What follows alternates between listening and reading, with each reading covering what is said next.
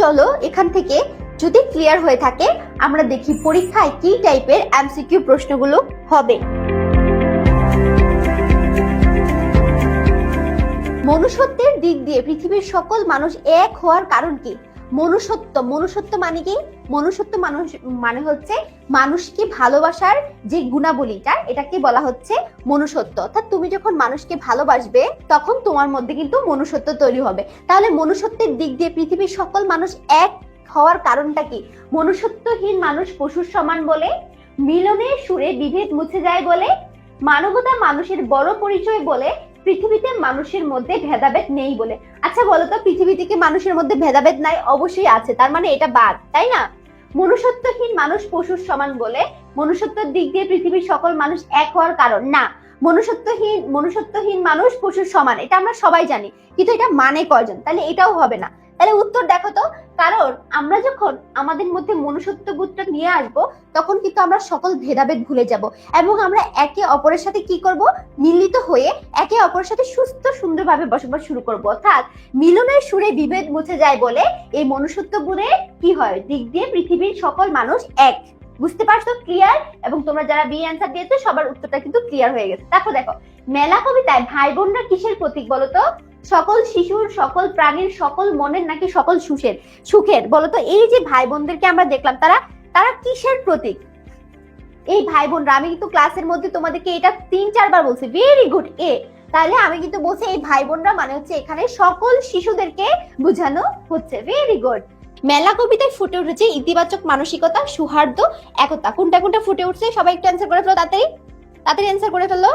দেখো, প্রথমত হচ্ছে আমরা এখানে ইতিবাচক চরিত্র দেখতে পাচ্ছি। কারণটাকে, কারণ লেখক বলতেছে যে বাচ্চাদের আসলে যে প্রকৃতিটা বা পৃথিবীটা, সেরকম যদি আমরা একটা পৃথিবী গড়তে পারি তাহলে আমরা সুন্দরভাবে থাকতে পারবো। তার মানে এখানে পজিটিভ, ইতিবাচকতা মানে হচ্ছে পজিটিভ থিঙ্কিং, যেটাকে বলতেছে আর কি, পজিটিভ মানসিকতা। ঠিক আছে। সৌহার্দ্য মানে কি? সবাই একত্রে মিলেমিশে থাকার যে কি মানে তোমার ইয়েটা থাকে আর কি, একত্রে থাকার যে প্রবণতাটা থাকে, এটাকে বলা হচ্ছে সৌহার্দ্য। এবং একতা, একতা মানে তো বুঝতেছে সবাই মিলেমিশে থাকা। তাহলে কি হবে? 1, 2, 3। তারপর দেখো, মেলা কবিতায় কবি সেই সব শিশু কিশোরদের কথা বলেছেন যারা প্রকৃতি থেকে আনন্দ খুঁজে নেয়, সুন্দর জগৎ সৃষ্টির স্বপ্ন দেখে বিশ্বকে একটি দেশ মনে করে। কোন কোন শিশুদের কথা লেখক বলছে? দেখো, তিনি কিন্তু বলছিল যে প্রকৃতি থেকে যারা আনন্দ খুঁজে নেয়, যারা সুন্দর জগৎ সৃষ্টি করে এবং যারা বিশ্বকে লাস্টে বলছিল যে একটা দেশে পরিণত করতে পারবে। তাহলে উত্তর হবে 1, 2 এবং 3। তারপরে দেখো, পৃথিবীতে শান্তি প্রতিষ্ঠার জন্য করণীয় কাজগুলো বুঝাতে যা যুক্তিযুক্ত। এখন শান্তি প্রতিষ্ঠা করতে হলে আমাদের কি কি কাজ করতে হবে? একতাবদ্ধ হতে হবে, মানবতাকে প্রতিষ্ঠা করতে হবে এবং সহনশীল মনোভাব আমাদের মধ্যে থাকতে হবে। বলো, সহনশীল মনোভাবের সৃষ্টি অবশ্যই কি হবে বলতো? পৃথিবীতে শান্তি নিয়ে আসতে হলে আমাদের মধ্যে কিন্তু সবগুলো থাকতে হবে। একতাবদ্ধ হওয়া, মানবতাকে প্রতিষ্ঠা করা, সহনশীল মনোভাবের সৃষ্টি করা।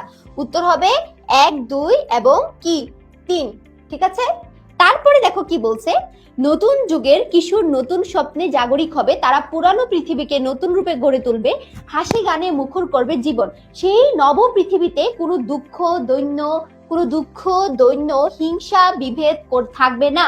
উদ্দীপকের সাথে মেলা কবিতার কোন দিকটার মিল আছে? দুঃখবোধ, স্বাধীনতা, আশাবাদ, নাকি হচ্ছে পুরনো পৃথিবী? বলতো কোনটার মিল আছে? বলো। দেখো, এখানে বলছে নতুন যুগের কিশোর নতুন স্বপ্নে জাগরিক হবে, তারা পুরনো পৃথিবীটাকে আবার নতুন করে গড়ে তুলবে। এটা কিন্তু মেলা কবিতাও আমরা দেখছিলাম, তাই না? তাহলে এখানে কি কোনো দুঃখ প্রকাশ পাইছে? না। কোনো স্বাধীনতা প্রকাশ পাইছে? না।